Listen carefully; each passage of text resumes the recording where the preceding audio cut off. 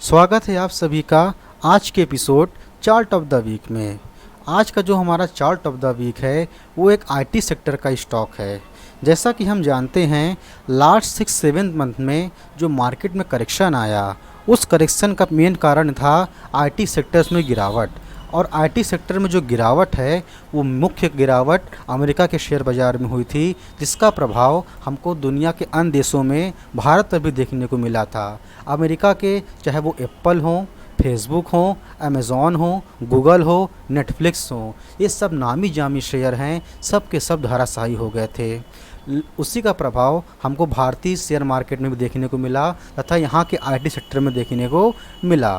But बीते कुछ समय से आईटी सेक्टर्स में हमको एक स्थिरता देखने को मिल रही है, प्लस बुलिश आरएसआई डाइवर्जेंस बनता दिख रहा है, जिससे ये मालूम पड़ता है कि आईटी सेक्टर की जो गिरावट है वो फ़िलहाल के लिए थम गई है और पुनः तेज़ी के संकेत बनते हुए दिख रहे हैं। तो जो आज का हमारा आईटी का स्टॉक है, जैसा कि हमने थंबनेल में ही बताया है कि सबसे मजबूत आईटी सेक्टर का स्टॉक जो भारत का है वो है टाटा एल्क्सी। यदि अमेरिका की बात करें तो अमेरिका में सबसे मजबूत आईटी सेक्टर का स्टॉक प्रेजेंट टाइम है वो है एप्पल का।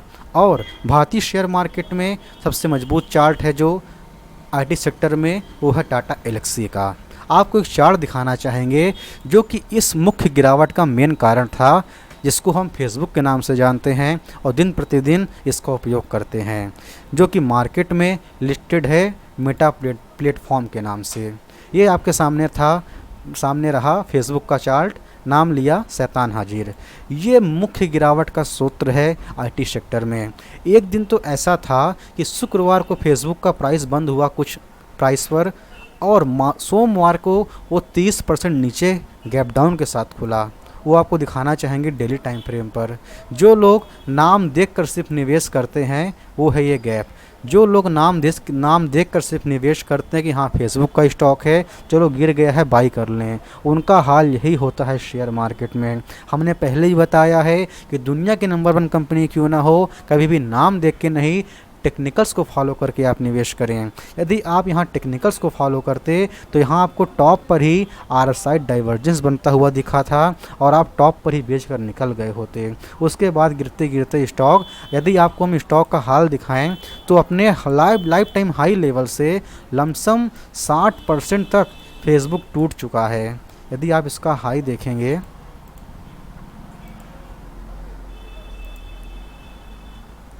ये देखिए 60% से भी अधिक की गिरावट हमको फेसबुक में देखने को मिली है। चलिए आप अपने आते हैं काम पर। टाटा एल्क्सी का चार्ट दिखाने से पहले आपको चार्ट दिखाना चाहेंगे निफ्टी आईटी का, बिकॉज सब के सब जो भारतीय शेयर मार्केट में स्टॉक हैं सब के सब इस गिरावट में गिरे। बट एकमात्र ऐसा टाटा एल्क्सी ही है जो इस गिरावट में गिरने की जगह उस पर एक बुलिश पैटर्न बना है, उसका भी दर्शन आपको कराया जाएगा। जैसा आप देख सकते हैं आपके सामने चार्ट है निफ्टी आईटी का और यहाँ पर हमको एक बुलिश आरएसआई डाइवर्जेंस बनता हुआ दिख रहा है। यदि आप देखें ये दो पीक्स नीचे की ओर बन रही हैं और वहीं पर हम आरएसआई को देखें तो आरएसआई हमारा स्ट्रेंथ शो कर रहा है और हमको इस लेवल के ऊपर निफ्टी आईटी में ब्रेकआउट आता हुआ दिखा। तो ये रहा आपके सामने आज का चार्ट ऑफ द वीक, जिसका नाम है टाटा एल्क्सी।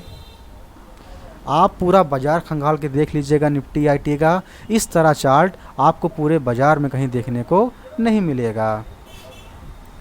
तो ये आपके सामने चार्ट है टाटा एल्क्सी का। इसका टेक्निकल एवं फंडामेंटल दोनों एनालिसिस आपके साथ शेयर करेंगे। तो इस पर एक पैटर्न बनता हुआ हमको दिख रहा है जिसको हम कहते हैं बुलिश पिनेंट। बुलिश पिनेंट एक कंटिन्यूअस चार्ट पैटर्न है। इसके बनने से पहले हमारे पास एक बुलिश ट्रेंड का होना आवश्यक है। बुलिश ट्रेंड बनते बनते प्राइस जो है वो एक नैरो रेंज में चला जाता है। वो रेंज कैसी है आपको लाइन चार्ट के हेल्प से समझाते हैं, क्योंकि लाइन चार्ट पर एज अ बिगनर आपको पैटर्न ड्रॉ करने में आसानी होती है। तो प्राइस एक बार एक नैरो रेंज में जाने के बाद जो हमारा हाई है वो लो बनते लगता है और जो हमारा लो है वो थोड़ा ऊपर बनने लगता है। नहीं समझे? अभी समझाते हैं आपको। आप देखेंगे कि एक हाई लगा, उसके बाद जो दूसरा हाई है उससे नीचे लगा, तीसरा हाई उससे भी नीचे लगा, लेकिन जो हमारे लोअर लो हैं वो ऊपर की ओर बनने लगे। इससे ये मालूम पड़ता है कि जो बायर्स हैं वो यहाँ पर हावी हैं, जिसकी वजह से हमको बीते हफ्ते एक ब्रेकआउट आता हुआ दिखा। कितने के ऊपर? ये ब्रेकआउट हमारा आया है 8500 के ऊपर।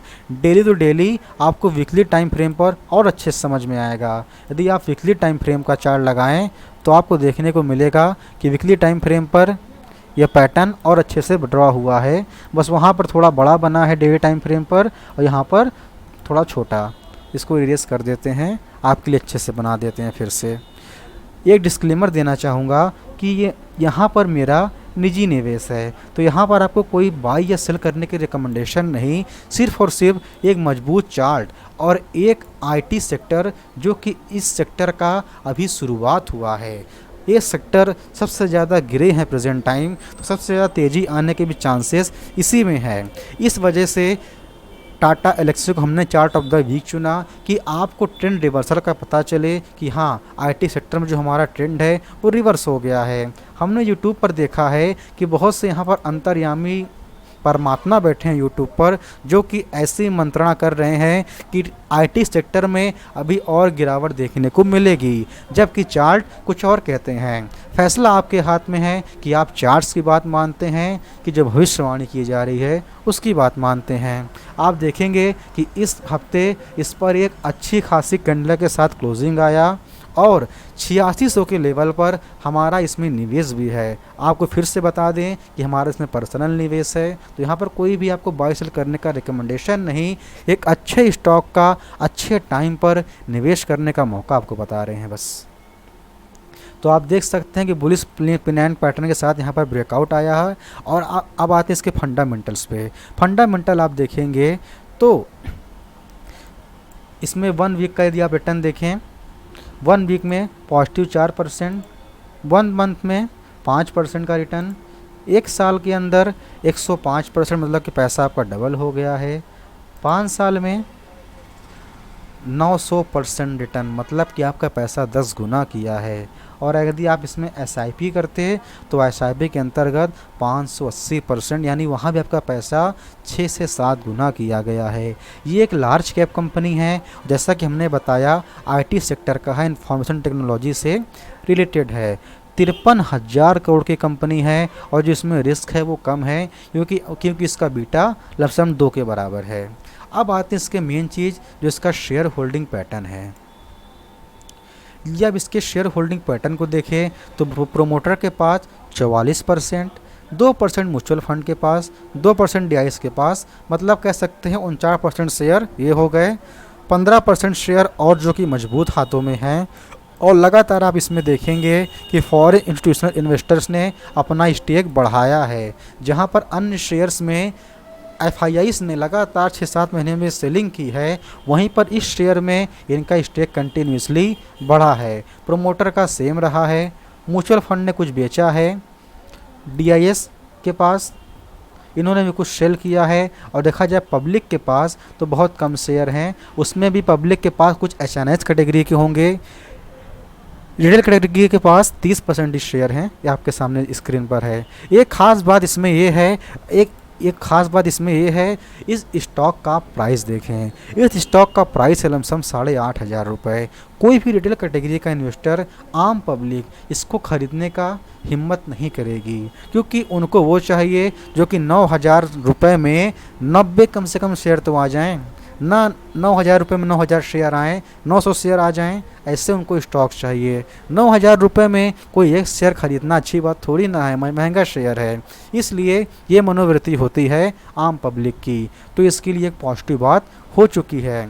जैसा कि हमने पहले ही बताया है कि अमेरिका में सबसे मजबूत जो स्टॉक है वो है एप्पल का, और भारत में सबसे मजबूत जो चार्ट है आईटी सेक्टर में वो है टाटा एलेक्सी का।